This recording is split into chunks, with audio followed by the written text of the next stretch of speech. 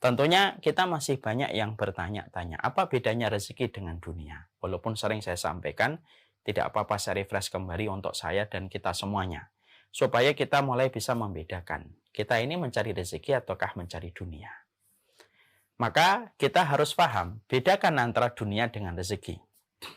Kalau kita membaca Al-Quran, kita akan menjumpai Allah banyak sekali mencela tentang dunia.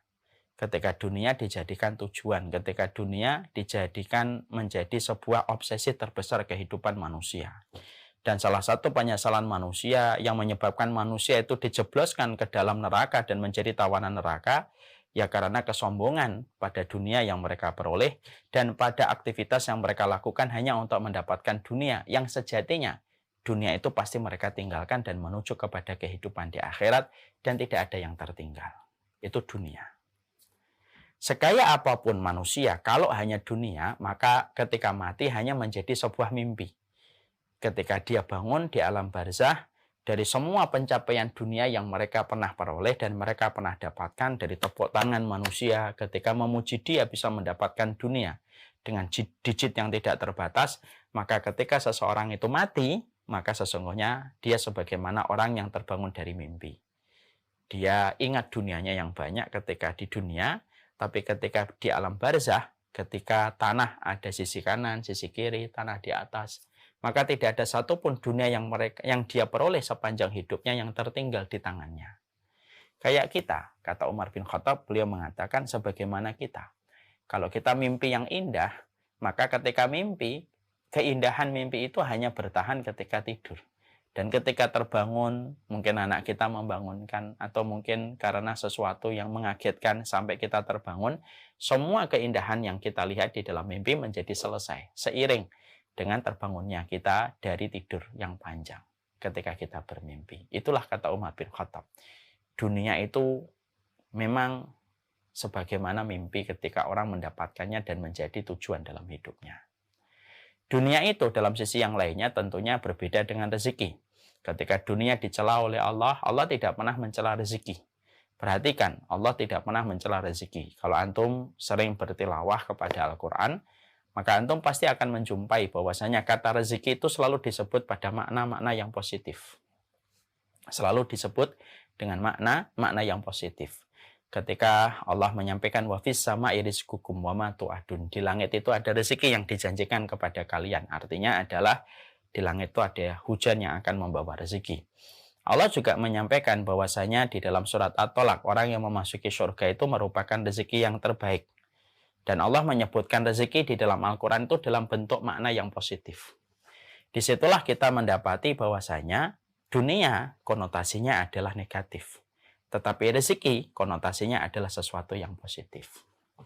Di selain itu juga bahwasanya juga kita harus paham perbedaan antara dunia dengan rezeki itu adalah dunia itu hanya terbatas, masa gunanya itu hanya terbatas ketika kita masih sehat. Ketika kita masih sehat, ketika kita masih afiat, maka kita bisa menikmati dunia. Tapi tentunya dunia itu expirednya sangatlah singkat. Ketika seseorang sudah mulai sakit, ketika orang sudah mulai berat dengan sakitnya, ditambah lagi ketika dia sudah sakaratul maut, maka semua keindahan dunia itu sudah menjadi hilang. Karena expirednya dunia itu terkadang datangnya itu lebih cepat daripada apa yang diduga manusia. Ya. Makanya kan kita terkadang menjumpai ya ada fulana artis sepanjang hidup sepanjang mudanya dia pakai untuk melakukan perkara-perkara yang dia kumpulkan dari hartanya. Baru saja dia mendapati puncak-puncak karirnya ketika mendapatkan apa yang dia mau, dunia yang dia inginkan datang kepadanya. Tetapi ternyata expirednya datang ketika dia sudah mulai sakit. Ketika sudah mulai sakit, maka sudah tidak lagi nikmat dunia yang dia kumpulkan pada pundi-pundi yang dia peroleh. Dan ketika sakaratul maut sudah tidak ada lagi kenikmatan yang kita dapatkan pada dunia, karena begitulah dunia. Sesungguhnya dunia itu hanyalah sifatnya sebentar. Masa expirednya terkadang tidak pernah diduga oleh manusia. Bahkan orang yang merencanakan pun terkadang masih kaget ketika mereka mendapati bahwasanya dunia begitu cepat menjadi usang dan begitu cepat menjadi lusuh.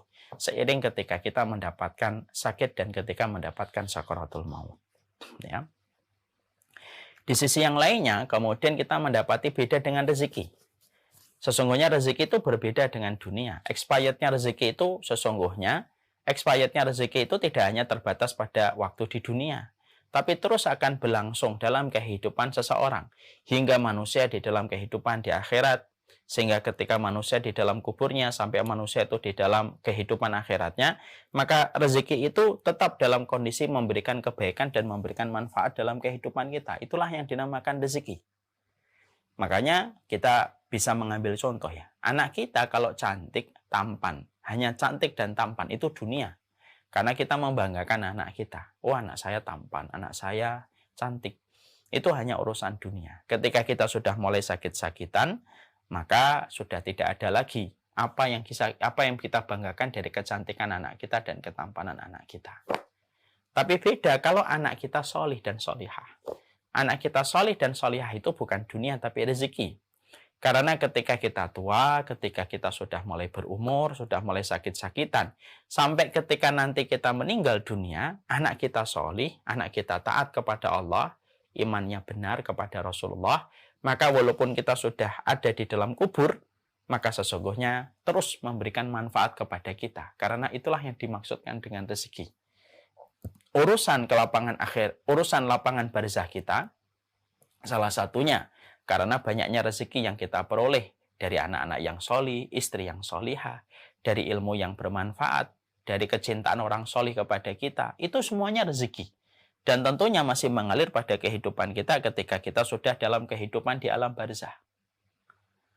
Teman yang terkenal itu dunia, karena kita bisa mendapatkan tanda tangan dan foto dan bangga ketika kita bisa meminta kepada orang yang kita puja. Tapi seseorang yang solih dan taat itu rezeki.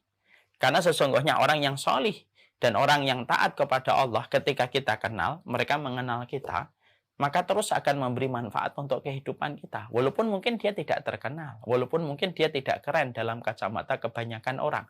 Tapi ketika dia taat, ketika dia solih, kesolihan dan ketaatan itu rezeki yang tidak tergantikan dengan uang berapapun nominalnya. Makanya kan sampai kita menjumpai, kalau kita meninggal, disolati 40 orang yang solih, yang mereka tidak berbuat syirik kepada Allah, maka sesungguhnya 40 orang solih yang mensolati kamu, maka mereka akan bisa menghadiahkan syafaat untukmu dalam kehidupan di alam barzah kita. Teman itu tidak perlu banyak, tapi teman itu cukuplah yang seperlunya, 50, 100. Tapi kita tahu kualitas di dalam ketaatan. Sehingga akhirnya teman-teman itu ibarat gizi, terus memberikan nutrisi kebaikan untuk kehidupan dunia dan kematian kita. Itu rezeki. Makanya rezeki itu terus mengalir terus, beda dengan dunia. Makanya Rasulullah tidak pernah meminta dunia, tapi Rasulullah itu meminta rezeki. Pernah nggak Rasulullah meminta dunia? Rasulullah tidak pernah meminta dunia. Tidak pernah Rasulullah. Yang diminta oleh Rasulullah SAW itu adalah rezeki. Yang diminta Nabi itu rezeki. Ya, makanya Nabi berucap dalam doanya di waktu habis subuh. Allahumma inni as'aluka ilman nafi'an wa rizqan thayyiban wa amalan mutaqabbala. Aku meminta kepadamu ilmu yang bermanfaat, rizqan thayyiban, harta dan rezeki yang terbaik, wa amalan mutaqabbala, dan amalan yang diterima. Rasulullah itu tidak pernah minta dunia, tetapi Rasulullah itu meminta rezeki. Dan itulah yang menjadikan kita harus paham. Kaum Hawariyun di dalam surat Al-Maidah 114 yang kita kemudian bahas, mereka mengatakan warzuqna wa anta khairur raziqin. Dan berilah kami rezeki, dan sesungguhnya engkau adalah pemberi rezeki terbaik dalam kehidupan setiap makhluk. Karena memang kehidupan orang-orang solih itu, konektivitas mereka itu bersambung dengan rezeki dan bukan dengan urusan dunia. Dan ini yang kita harus paham. Makanya dunia hanyalah angka deret. Dari 10.000, 2.000, 3.000, 4.000, 5.000, sampai 100.000, sampai 1 juta, sampai kemudian 100 juta, sampai kemudian 1 miliar. Dunia itu angka deret. Dan yang dipahami oleh kalangan kapitalisme, kalangan materialisme, kalangan kapitalisme dan materialisme hanya mengenal dunia, dia tidak mengenal rezeki. Makanya dunia itu selain dia itu expirednya cepat, dunia itu terbatas ketika hanya sebentar, dunia itu hanya angka deret. dari angka-angka yang bisa kita jumlahkan dari satu bilangan kepada bilangan yang lebih besar itu dunia. Kalau rezeki itu bukan angka deret. Karena apa? Karena angka-angka yang bisa angka-angka yang lahir pada kehidupan manusia itu tidak bisa mendeskripsikan berapa besarnya rezeki ketika dihitung dengan kalkulasi uang, itu tidak bisa. Ya, makanya banyak orang yang berkata, saya tidak punya harta banyak, tapi saya bahagia betul dengan keluarga saya. Dan saya tidak mau ditukar dengan dunia sebanyak apapun. Nah, ini rezeki. Rezeki itu dia tidak bisa dihitung dengan angka, karena angka itu terlalu rendah. Angka itu terlalu rendah, angka deret itu terlalu rendah untuk menghitung rezeki. Makanya kemudian rezeki itu cakupannya luar biasa. Dan inilah perkara yang sejatinya harusnya diperhatikan oleh setiap hamba yang beriman. Harus diperhatikan ustadz, harus diperhatikan penuntut ilmu. Bahwasanya yang kita cari dalam kehidupan kita bukanlah angka deret, tetapi yang kita cari itu adalah angka rezeki. Di mana rezeki tidak memiliki angka yang bisa dibatasi dengan apa yang kita hitung. Kenapa? Rezeki itu tidak terhitung harganya. Ya. Berapa banyak orang yang mereka itu berkata, ya, dari tukang becak, tidak apa-apa saya tukang becak, tapi anak-anak saya sehat, itu lebih daripada apapun. Mereka ngomongnya apa tukang becak? Ini lebih daripada apapun. Itu sudah mendefinisikan rezeki. Dan inilah yang kemudian menjadi penting dalam salah satu poin. Kenapa kaum Hawariyun ketika mereka berdoa pada surat Al-Maidah 114, mereka mengucapkan warzukna. Mereka tidak mengatakan wazidna dunya. Kenapa mereka tidak mengatakan tambahkanlah aku dunia? Karena kaum Hawariyun sudah selesai dalam urusan dunia. Mereka tidak minta dunia. Tetapi mereka mengatakan warzukna wa anta khairur razikin. Ya Allah, kasih kami rezeki ya Allah. Supaya ketika kita sudah memahami arti dunia dan arti rezeki pada perbedaan-perbedaan yang signifikan di antara dunia dan rezeki. Kalau nanti kita minta rezeki, maka persepsinya kita harus dibangun di atas ilmu, bukan di atas apa yang kita bayangkan. Ini penting. Karena doa itu kan menghadirkan hati. Apa yang ada di hati kita itu mempengaruhi doa kita. Ya. Jadi kalau kemudian kita berdoa, kemudian yang kita pahami warzukna, lalu yang kita pikir itu 100.000, 200.000, 300.000, kita telah menyempitkan makna pada rezeki yang kita minta. Makanya inilah yang menjadikan kita menelaah apa yang disampaikan para ulama. Bahwasanya terdapat perbedaan antara dunia dengan rezeki. Allah mencela dunia, tapi Allah tidak pernah mencela rezeki. Allah itu Rasulullah meminta rezeki, tapi Rasulullah tidak pernah meminta dunia. Karena Rasulullah tahu yang terbaik di sisi hamba yang beriman itu adalah rezeki. Itu adalah rezeki. Makanya ilmu adalah rezeki. Mendapatkan keluarga yang memahami kita adalah rezeki.